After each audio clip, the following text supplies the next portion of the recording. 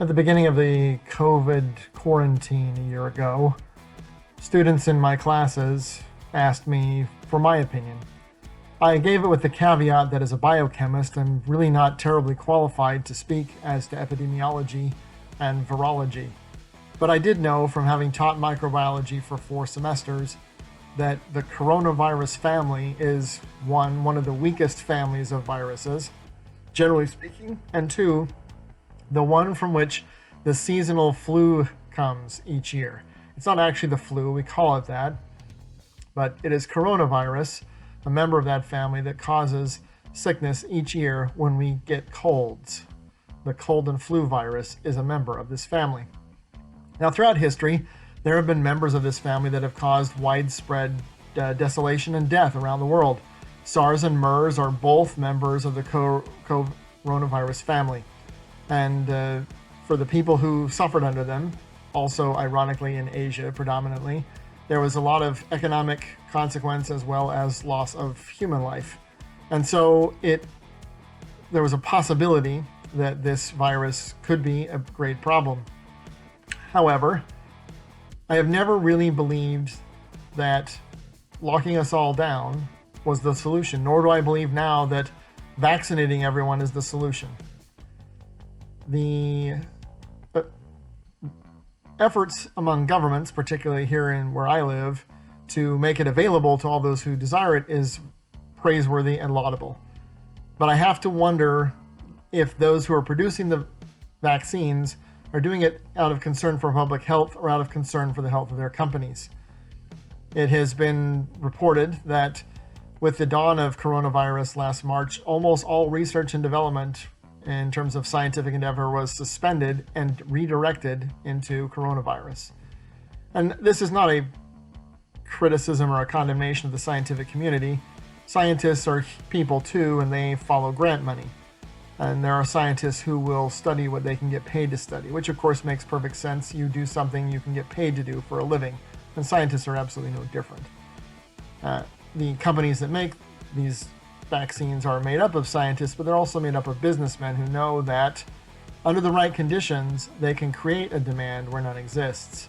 So I've always been suspicious of the uptick in sales of certain products that accompany disasters and problems in our world.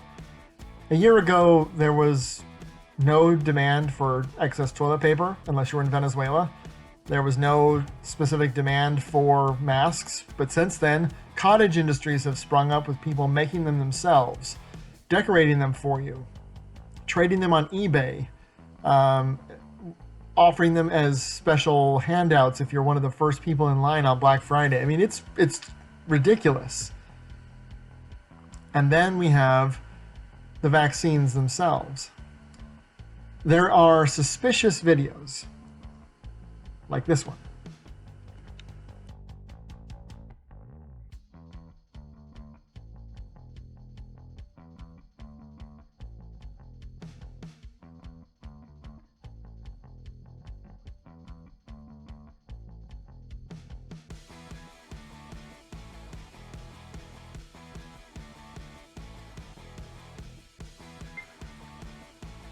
That beg the question of, are the people who virtue signal and appear in the videos to take the vaccine and taking the vaccine? Or are they taking a placebo? Is there actually anything in the syringe? Are these people really setting the example for us, and are they the people who should be setting the example? I told my parents when discussing this the other night that if directed to take the vaccine, in other words, if I was told that I must in order to maintain employment, I would not take that direction from those who would make that decision. The reason being is the man who would make that decision for me, as an employee of the state, would be the state's governor. I'm not really sure what Steve's qualifications are, but there's a lot that Sisolak lacks. And I think among those is definitely a credential in science, health, epidemiology, virology, and biochemistry. And so this is a man who is totally unqualified to give advice. Elsewhere, however, I've been critical of Dr. Fauci. And this is because, notwithstanding his appointment and his lifelong of service in disease response in the United States, he keeps changing his mind about what we should do and its efficacy in our lives. As this clip from the HBO series Chernobyl shows, I don't think that the things they've told us to do are going to have the effects that they say they will.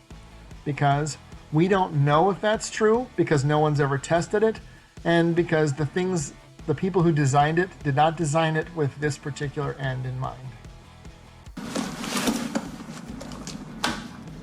Do these work? To an extent. If these worked, you'd be wearing them. Consequently, what we have then is a world where there's a lot of activity without any actual ability to measure the efficacy of the actions that are taken.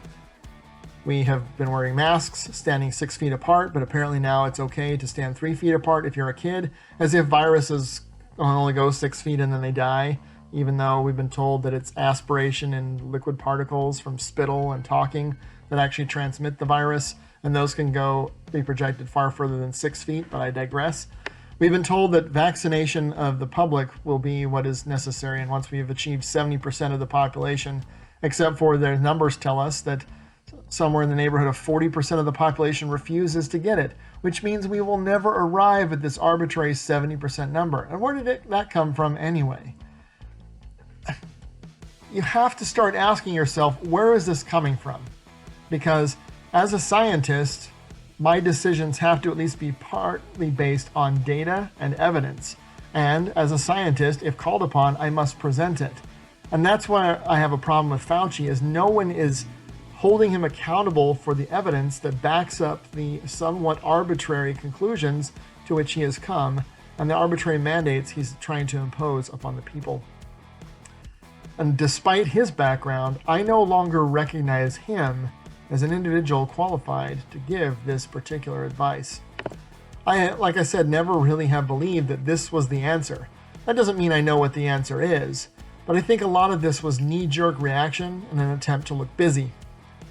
If you consider their criticisms under the previous administration, they were very critical of Trump for making bad decisions. And then Biden decides to do the same things, and the criticism does not come. This tells me that it is not the action that is the problem, but the actor.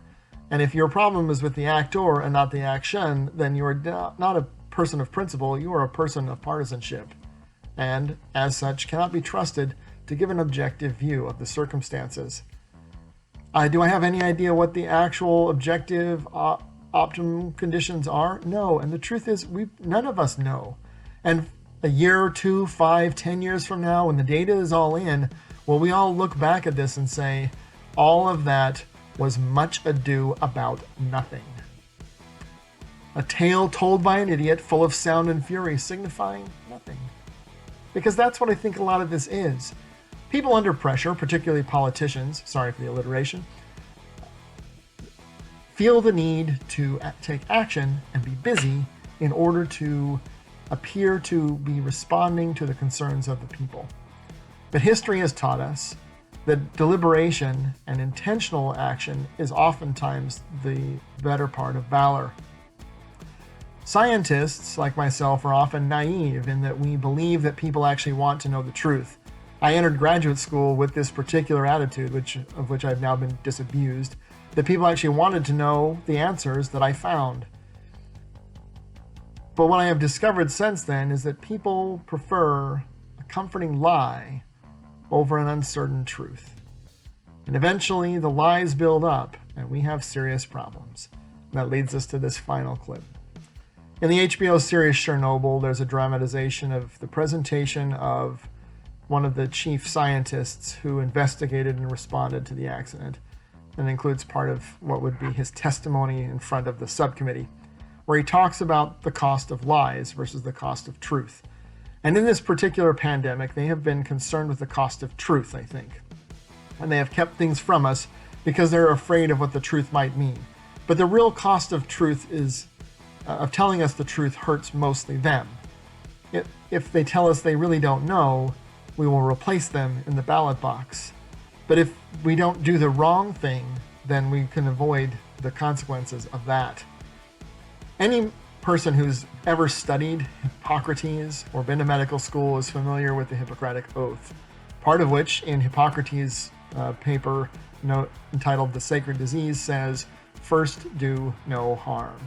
And so sometimes the best thing is to do nothing, because if you tell lies or withhold truth, you may hurt more than you could ever help.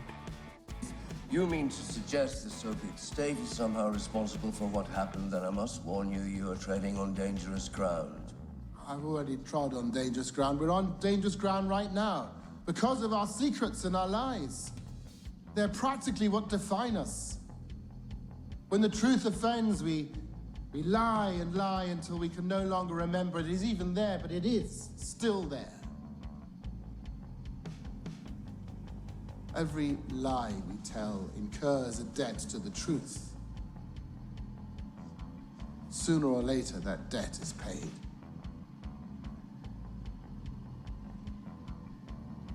That is how an RBMK reactor core explodes. Lies.